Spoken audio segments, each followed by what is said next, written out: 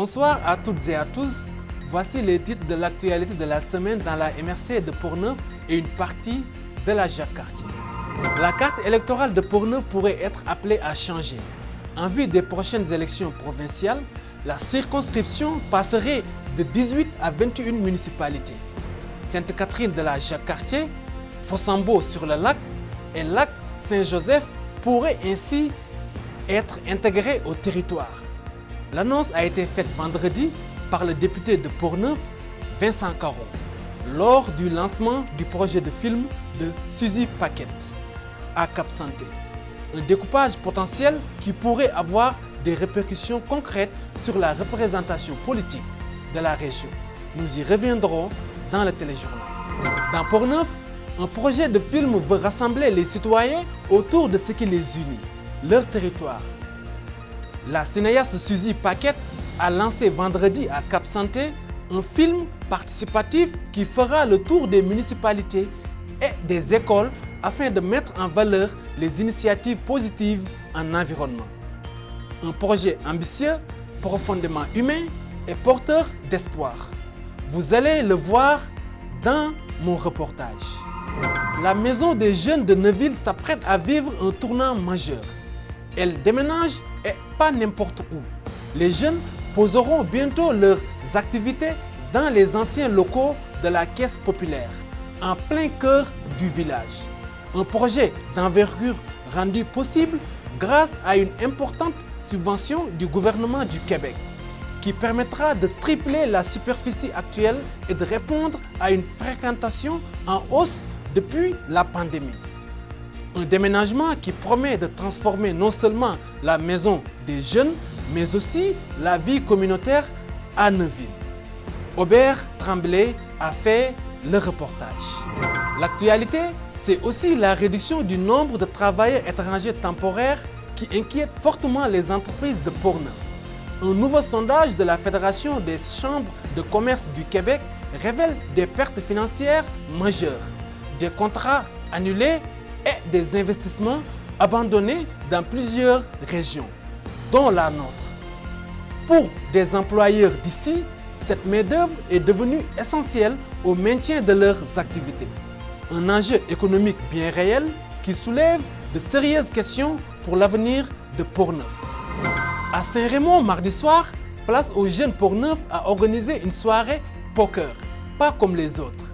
Un événement gratuit, sans argent en jeu, pour permettre à de jeunes adultes récemment arrivés dans la région de créer des liens et de s'enraciner dans Port-Neuf. On peut suivre mon reportage sur une initiative qui mise d'abord sur le contact humain. Dans la MRC de Port-Neuf, un événement politique important a eu lieu hier. Les maires de la région se sont réunis pour désigner le préfet qui dirigera la MRC et qui représentera l'ensemble des municipalités pour les prochaines années. Ce poste, clé pour le développement local et la coordination des services, revêt une importance pour la vie des citoyens de Port-Neuf.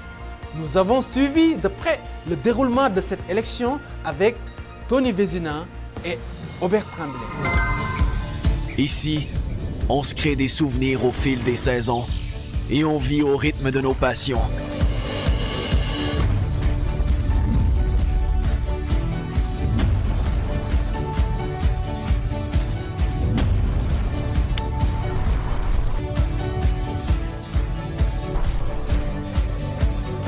Ici, quand l'aventure nous appelle, on répond.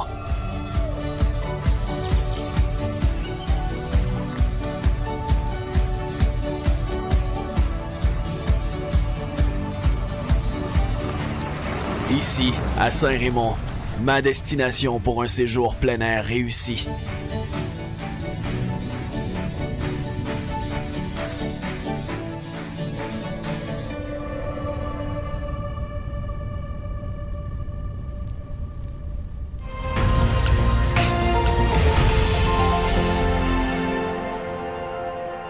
Comme je vous le disais dans les titres, mardi soir à Saint-Raymond, Place aux Jeunes Port-Neuf a organisé une soirée poker pas comme les autres. Gratuite et sans argent en jeu, cette soirée permet aux jeunes adultes récemment arrivés dans la région de tisser des liens et de mieux s'ancrer dans Port-Neuf. Suivons mon reportage. À Saint-Raymond ce soir, les cartes sont sur la table. Mais ici, on ne joue pas pour de l'argent. On joue surtout pour créer des liens, découvrir la région et donner envie de rester dans Port-Neuf. Cette soirée poker est organisée par Place aux Jeunes Port-Neuf, un service du Carrefour Jeunesse Emploi. L'objectif, favoriser l'intégration et l'enracinement des jeunes de 18 à 35 ans, récemment arrivés dans la région.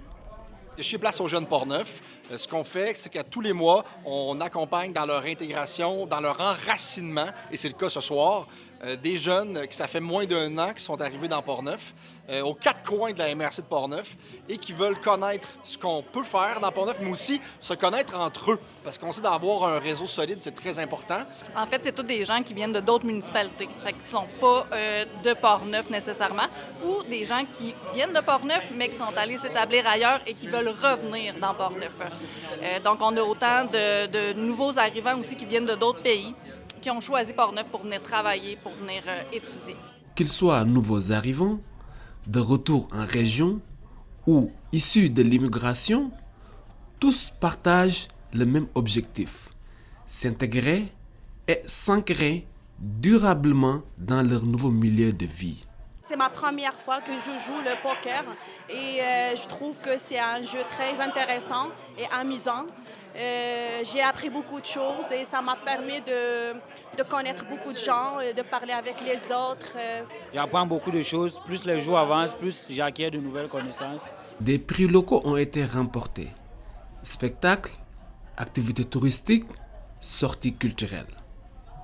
Chaque mois, Place aux Jeunes organise ce type d'activité dans différentes municipalités de la MRC de Port-Neuf, afin de faire rayonner l'ensemble du territoire. On a vraiment des beaux prix à soir. Il va y avoir 9 prix quand même qu'on va remettre. C'est autant des salles des billets en fait de spectacle, Moulin Marcoux, les Grands Bois. Il va y avoir même un laissez-passer pour le salon dégustation des Grands Bois. On a aussi des entrées dans des piscines, par exemple la piscine de Sainte-Christine, la piscine de Donnacona. Puis on a aussi Concept Gourmet qui est un traiteur qui a remis un super beau prix. Je pense que la chance sourit à beaucoup de gens ce soir. Là. C'est vraiment une très belle partie. Mais honnêtement, là, je pense que c'est un bel événement qui est très rassembleur. Puis ça fait en sorte aussi qu'on peut échanger sur d'autres choses en même temps. Dans un contexte de pénurie de main-d'œuvre et de défis démographiques, des initiatives comme celle-ci rappellent que l'enracinement passe aussi par le lien humain. À Port-Neuf, ce soir, la mise était simple. Se rencontrer. Et le pari semble réussi. Papa Moussa Camara à Saint-Raymond pour CJSR.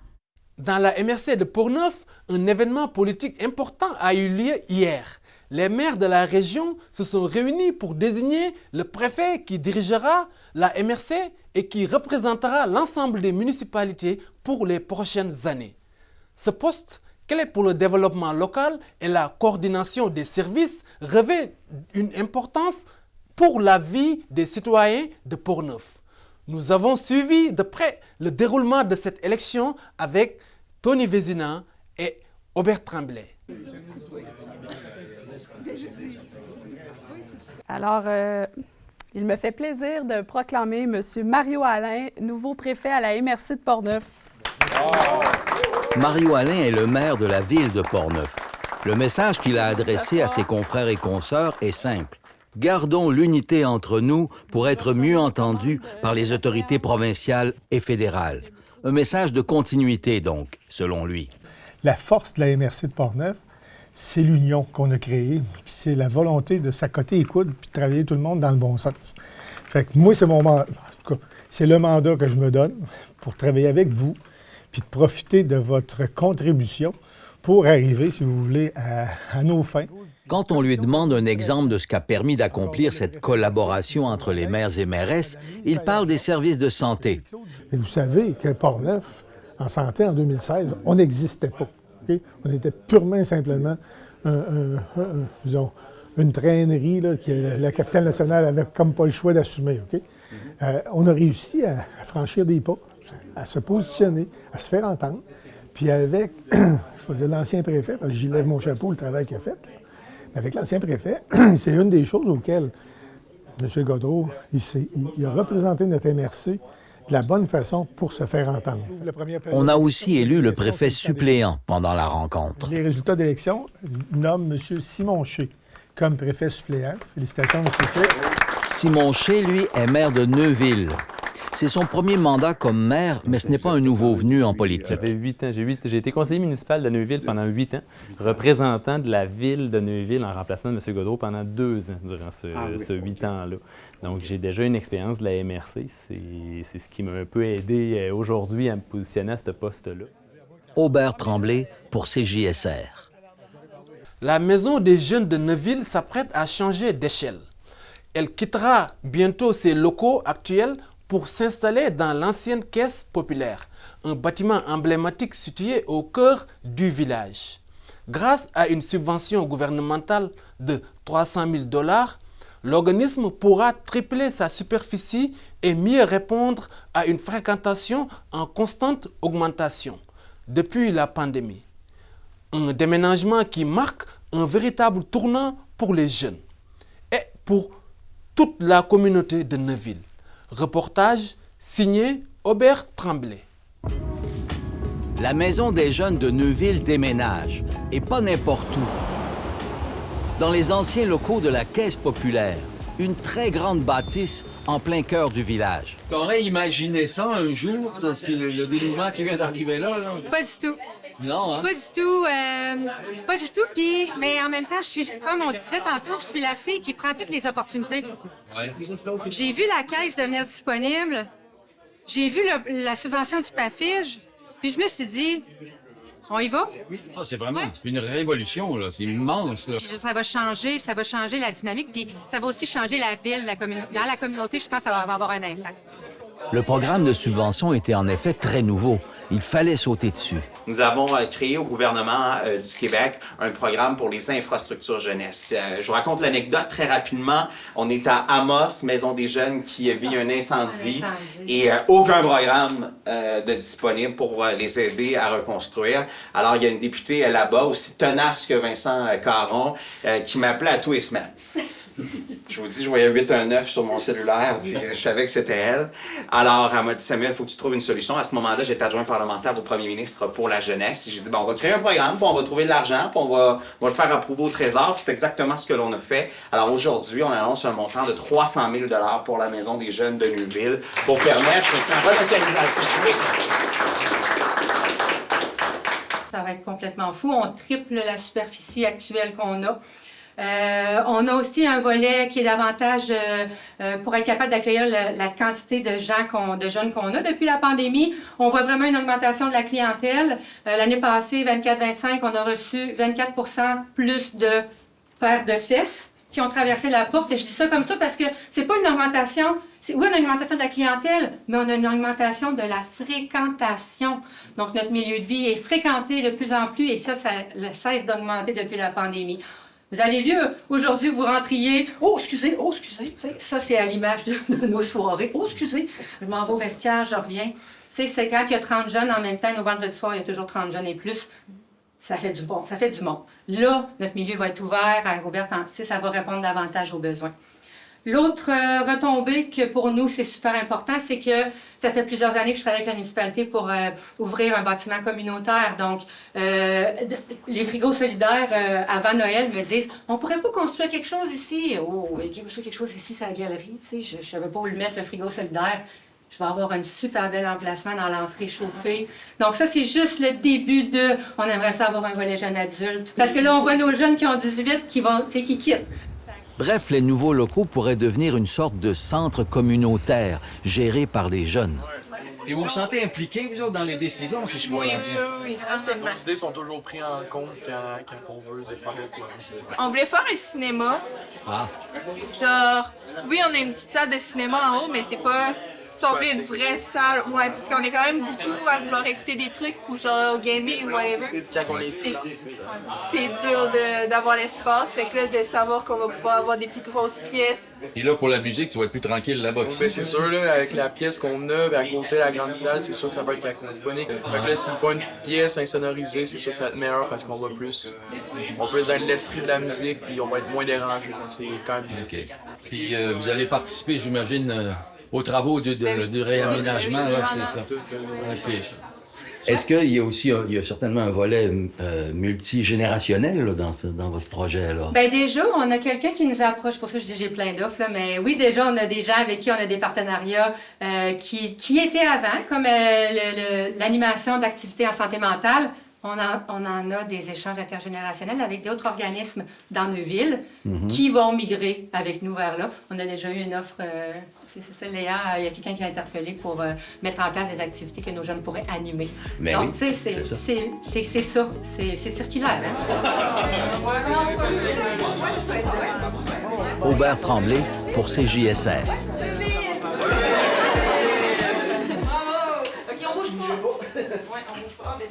Un communiqué de la Chambre de commerce de l'Est de Portneuf et de la Fédération des chambres de commerce du Québec tire la sonnette d'alarme. La réduction du nombre de travailleurs étrangers temporaires fragilise directement l'économie québécoise et celle de la région de Portneuf n'y échappe pas. Selon un sondage mené auprès de 346 entreprises, les restrictions au programme des travailleurs étrangers temporaires entraînent déjà des pertes financières importantes, des contrats annulés et des investissements abandonnés. Dans des régions comme Portneuf, où plusieurs entreprises dépendent de cette main-d'œuvre spécialisée, certains employeurs estiment qu'il devient presque impossible de maintenir leurs activités sans ces travailleurs déjà formés et difficiles à remplacer localement. La Fédération des chambres du commerce du Québec souligne dans ce communiqué publié le 16 janvier 2026 que plus de 70% des entreprises jugent désormais leur région difficilement viable sur le plan économique en raison de la diminution de l'immigration temporaire et permanente. Pour Portneuf, où la pénurie de main-d'œuvre est bien réelle, ces restrictions risquent de freiner le développement économique régional et de menacer la survie de certaines entreprises. Le message est clair. Pour les acteurs économiques de Portneuf, la réduction du nombre de travailleurs étrangers temporaires n'est pas qu'un débat national. C'est un enjeu concret, immédiat et régional. Dans Portneuf, un projet de film souhaite rassembler les citoyens autour de leur territoire. La cinéaste Suzy Paquette a lancé vendredi à Cap-Santé une démarche participative qui ira à la rencontre des municipalités et des écoles pour mettre en lumière des initiatives positives en environnement. Un projet rassembleur, humain et tourné vers l'avenir. Voici mon reportage. Dans Portneuf, un projet de film veut rassembler citoyens, écoles et municipalités autour d'un même objectif. Remettre l'humain et l'environnement au cœur du territoire.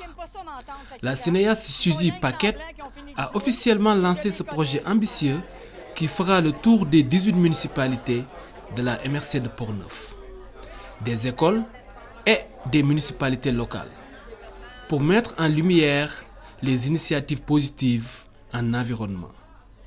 Le lancement du projet a eu lieu vendredi à Cap-Santé. Pour commencer, c'est un film extrêmement rassembleur. On a besoin de chaleur humaine, on a besoin de se voir, tout le monde est sur leur écran, etc. Intitulé Dans Portneuf, le fond de l'air est frais, le film abordera l'environnement autrement, sans discours alarmiste. Chaque municipalité sera appelée à participer. Des citoyens, des groupes locaux et des écoles seront mis à contribution afin de faire ressortir les initiatives positives du milieu. Une vision qui s'enracine dans le territoire et qui mise sur la participation collective. Dans toutes les municipalités, dans toutes les écoles, on fait des projets ensemble. Ça, c'est assez rare. Et aussi, ce qui est sous-entendu, comme je vous disais tantôt, on travaille sur l'environnement. Mais aussi, sans en parler, on met un baume sur l'éco-anxiété dont plusieurs personnes sont affectées, autant adultes qu'enfants. Il ne manque plus que le financement pour lancer officiellement le tournage. Le film pourrait ensuite circuler dans les écoles à travers le Québec et même être présenté dans certains festivals. Quand on aura l'argent, on pourra dire là, on est prêt. De toute façon, tout de suite, quand on a l'argent, tout est prêt. Les scénarios, les comédiens, qui fait quoi, tout est prêt. Et ce film-là serait tourné dans l'espace de 8 à 10 mois. On aimerait beaucoup qu'il se tourne peut-être en 26 et le présenter en 27. Et comme je vous ai dit tantôt, avec le projet que le gouvernement vient de lancer, autant l'équivalent du sport-études, on aurait nature-études et notre film pourrait se promener partout dans la province.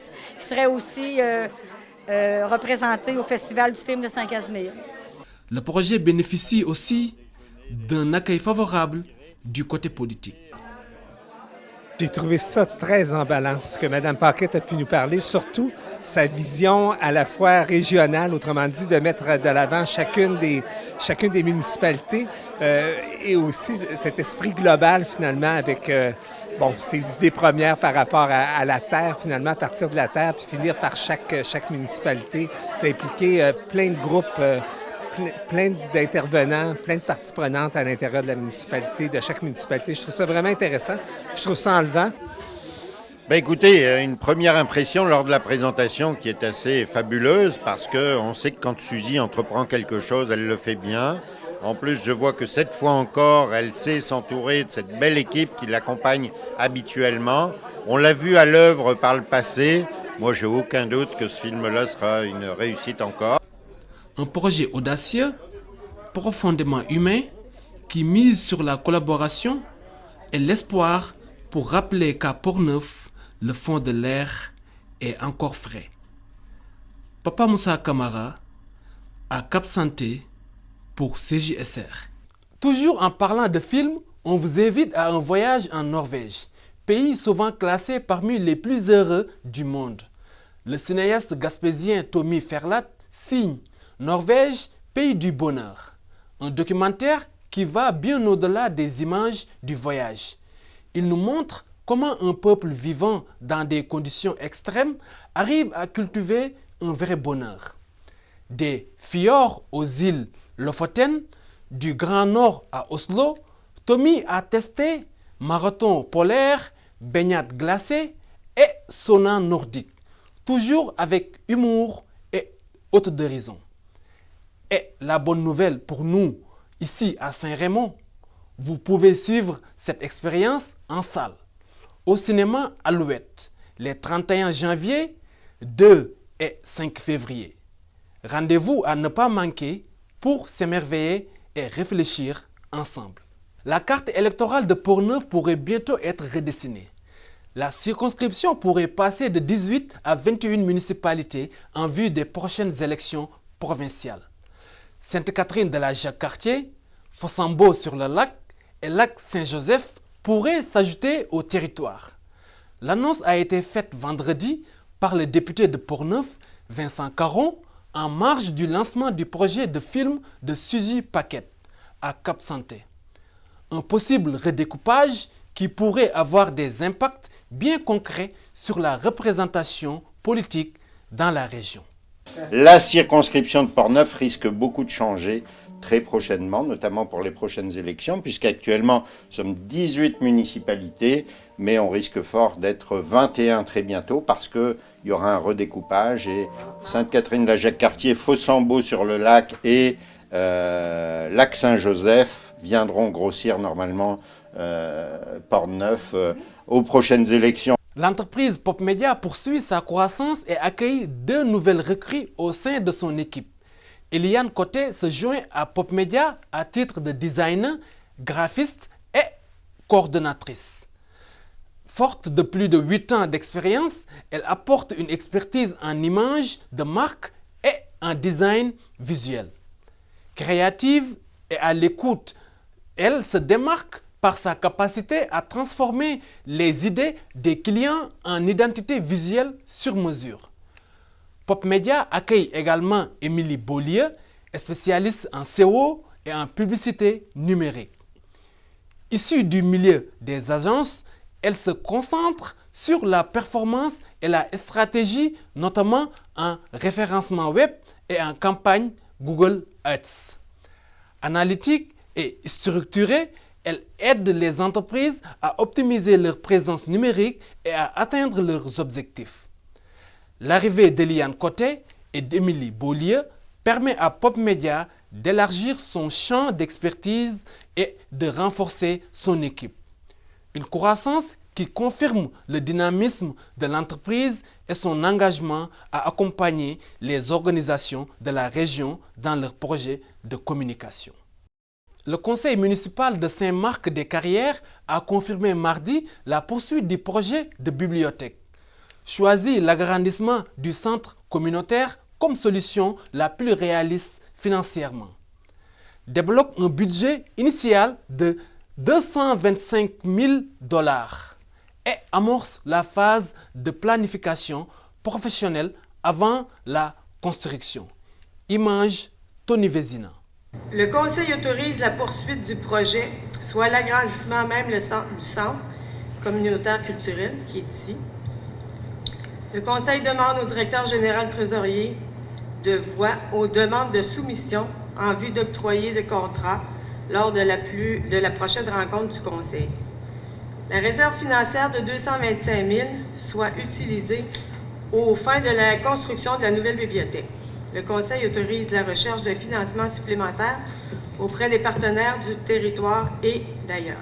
Bonne nouvelle pour les citoyennes et les citoyens de Pont-Rouge. À compter du 2 février 2026, les séances ordinaires du conseil municipal seront désormais diffusées en direct autant à la télévision qu'en ligne. L'objectif est simple, favoriser la transparence, encourager la participation citoyenne et rendre l'information municipale plus accessible. Les séances pourront être suivies en temps réel sur la page Facebook de la ville, à la télévision communautaire CJSR, sur Cogeco au poste 703, sur Epico au poste 100, ainsi que sur le site web de la ville.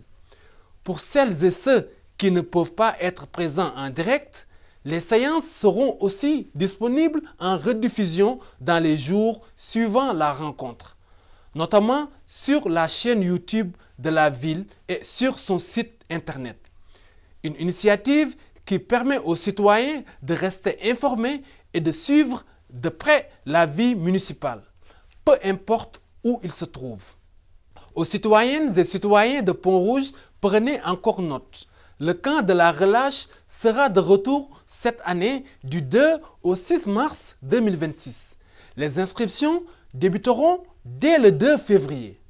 En plus du camp, la ville propose une programmation variée à l'occasion de la semaine de relâche scolaire, qui se déroulera du 27 février au 7 mars 2026.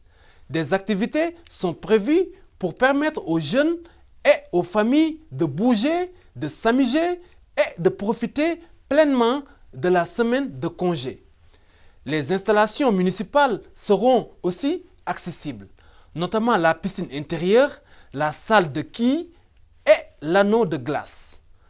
Pour connaître tous les détails sur les activités et les inscriptions, les citoyens sont invités à consulter les plateformes de la ville de Pont-Rouge. Il est encore question de Pont-Rouge. Un événement hivernal d'envergure sera de retour à la fin janvier.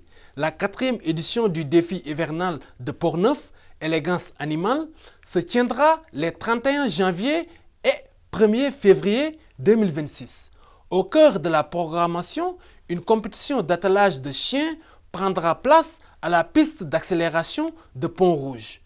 Plus d'une centaine de coureurs sont attendus à l'occasion.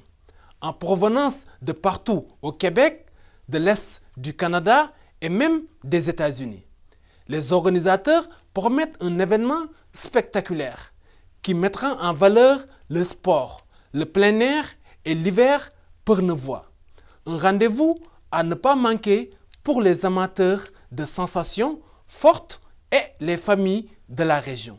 Ainsi se termine ce téléjournal hebdo. Maintenant, place à la météo de Portneuf. Merci d'avoir été des nôtres et à la semaine prochaine.